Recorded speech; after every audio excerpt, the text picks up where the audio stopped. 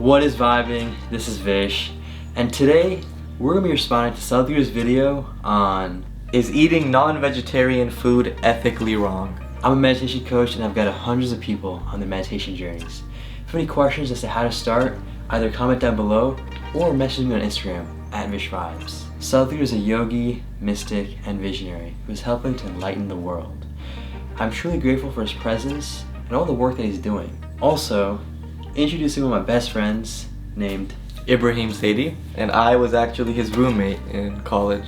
Yes, we've been great friends for a while, and he also does eat meat. And I recently switched into being a pescatarian, so I primarily eat fish and a bunch of vegetarian foods.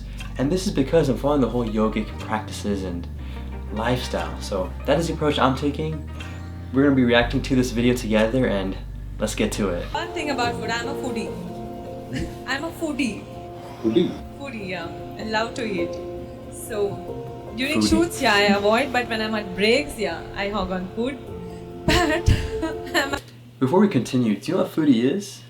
I'm guessing a foodie is someone who loves to eat food. Someone That's who... pretty much it. It's an Indian term that we use back home, and it's usually referred to people that just love food, as he described. So let's continue.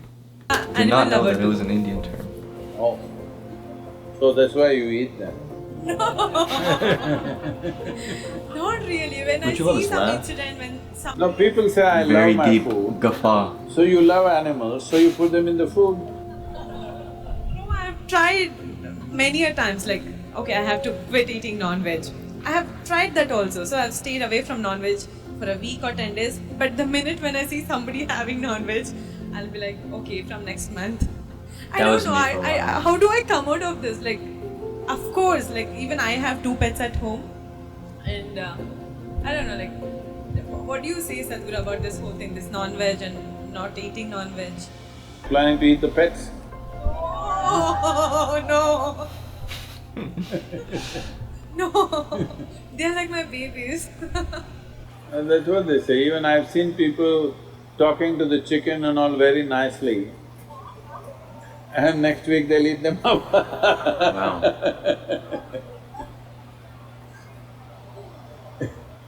Are you vegetarian or non-vegetarian? I'm a humanitarian. Humanitarian.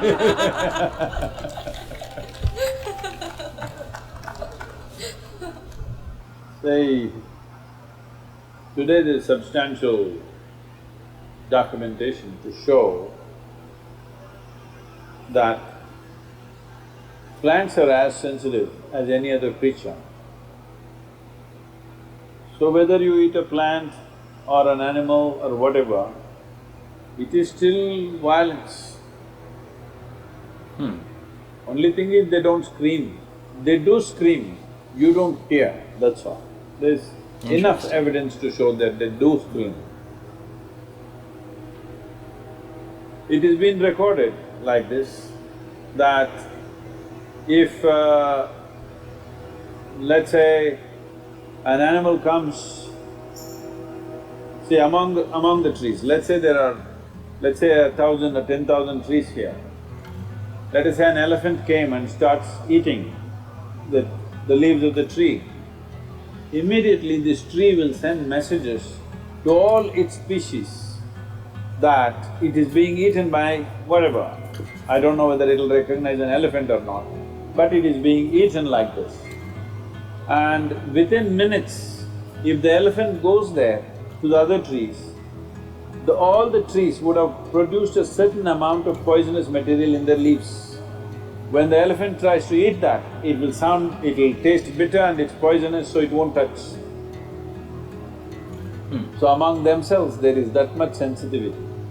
So whether you pluck a fruit or a vegetable or cut a animal and eat, everything is cruel.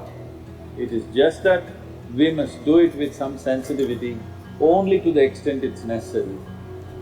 You should drop this idea of being a foodie. We all eat food.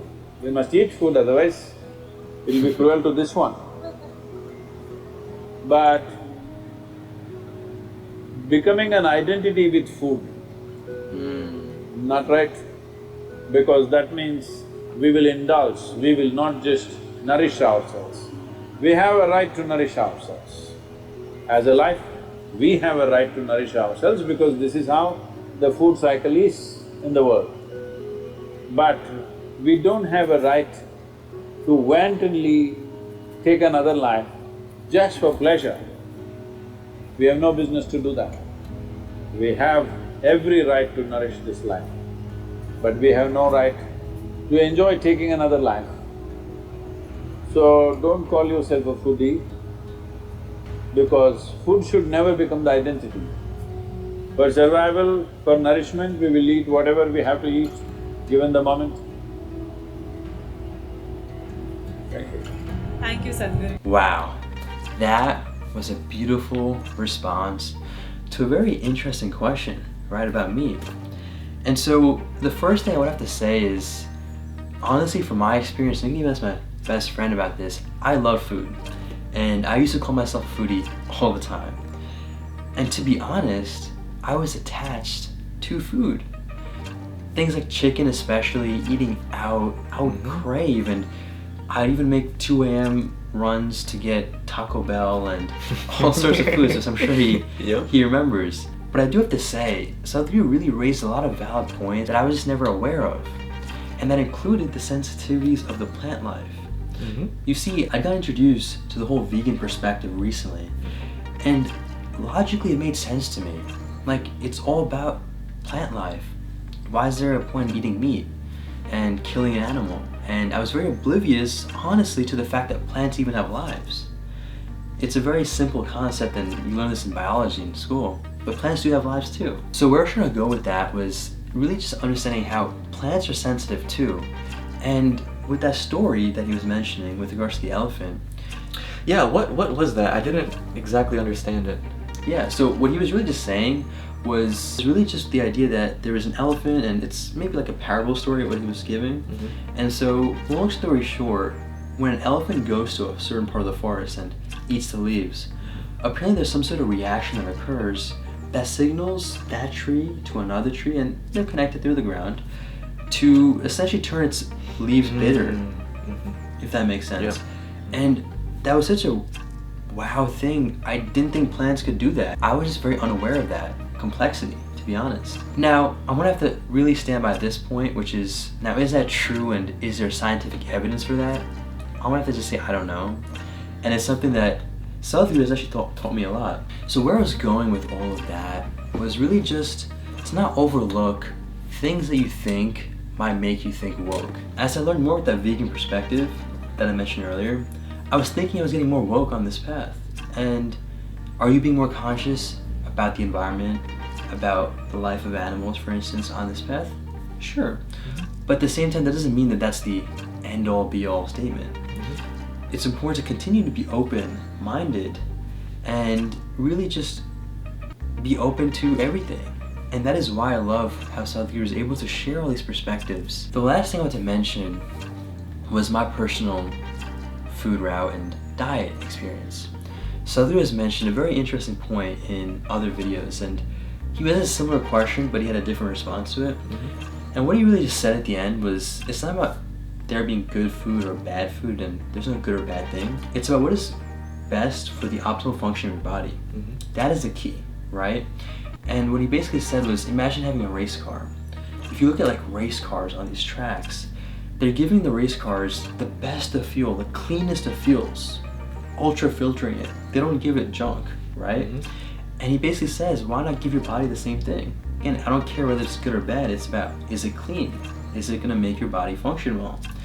And that is why he recommends, if you look at the DNAs of all these different vegetables, plants, animals even, you will notice that there's greater differences in DNA between us and a banana versus us and, let's say, a chicken. The chicken is genetically more closer to us than a banana is.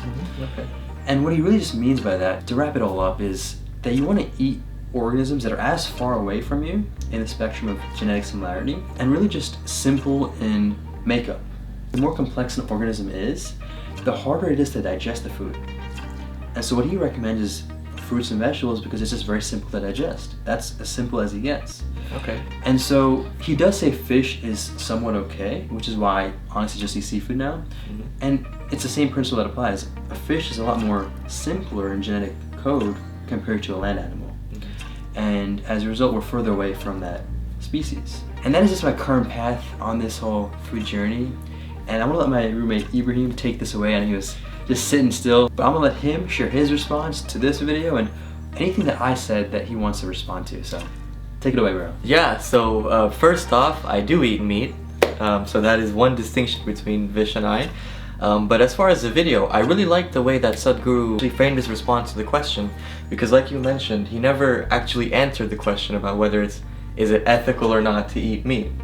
And I'm sure you remember we've had plenty of our discussions about whether it's morally right or not, and that takes us down a rabbit hole, right? So what Sadhguru was mentioning about regardless of what you eat, whether you eat vegetarian, vegan, or carnivorous meat eater, it's important to not indulge yourself for the simple pleasure of eating, but to think of it as nourishment, of course, but also appreciate that there is life behind not just animals, but also behind plants. And so, Beautifully said. Yeah, I mean, he said it beautifully.